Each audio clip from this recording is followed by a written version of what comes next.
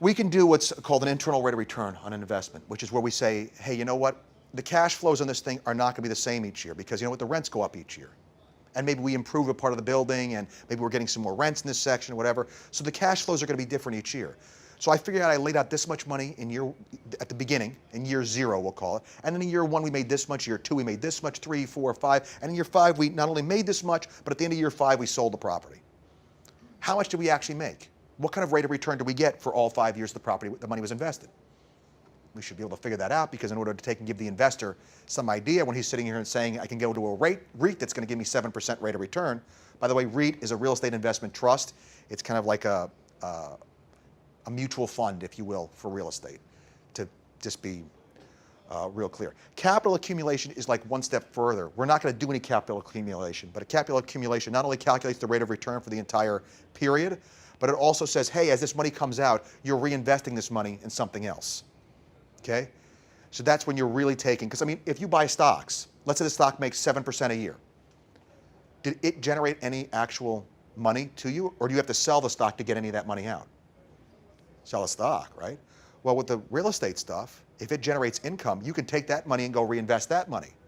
So in order to make and compare it with the stock, you have to sit there and say, well, the stock made 7% a year, but I made 7% over here, but then I took that money out, that income out that I was paid in rent, and I invested that money and I made an additional 3% on that money. Well, that has to be added into the benefit of the investment, right? Does that make sense? I know I'm talking fast. Clear? Clear? You get what I'm saying? No? The last part about Okay.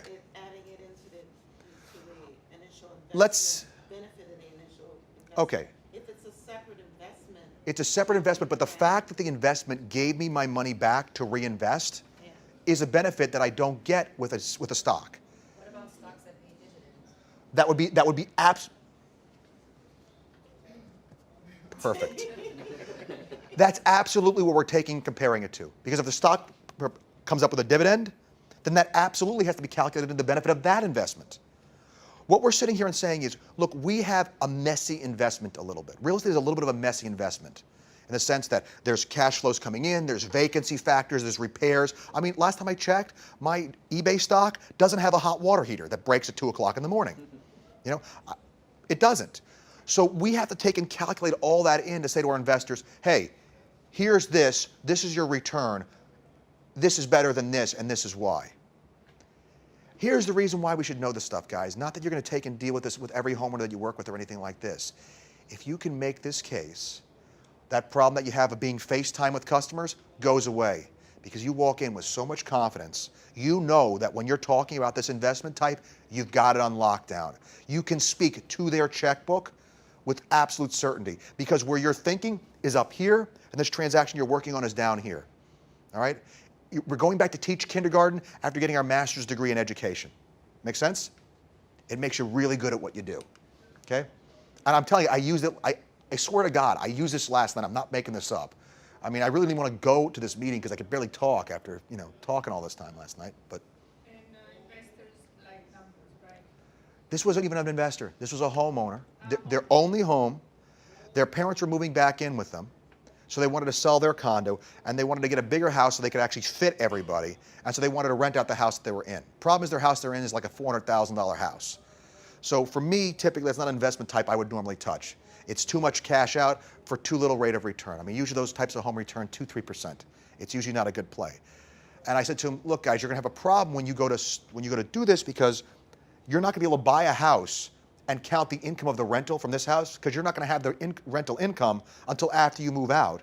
And even if you did, banks usually want a year of income from the property before they're willing to count it as income on your statement.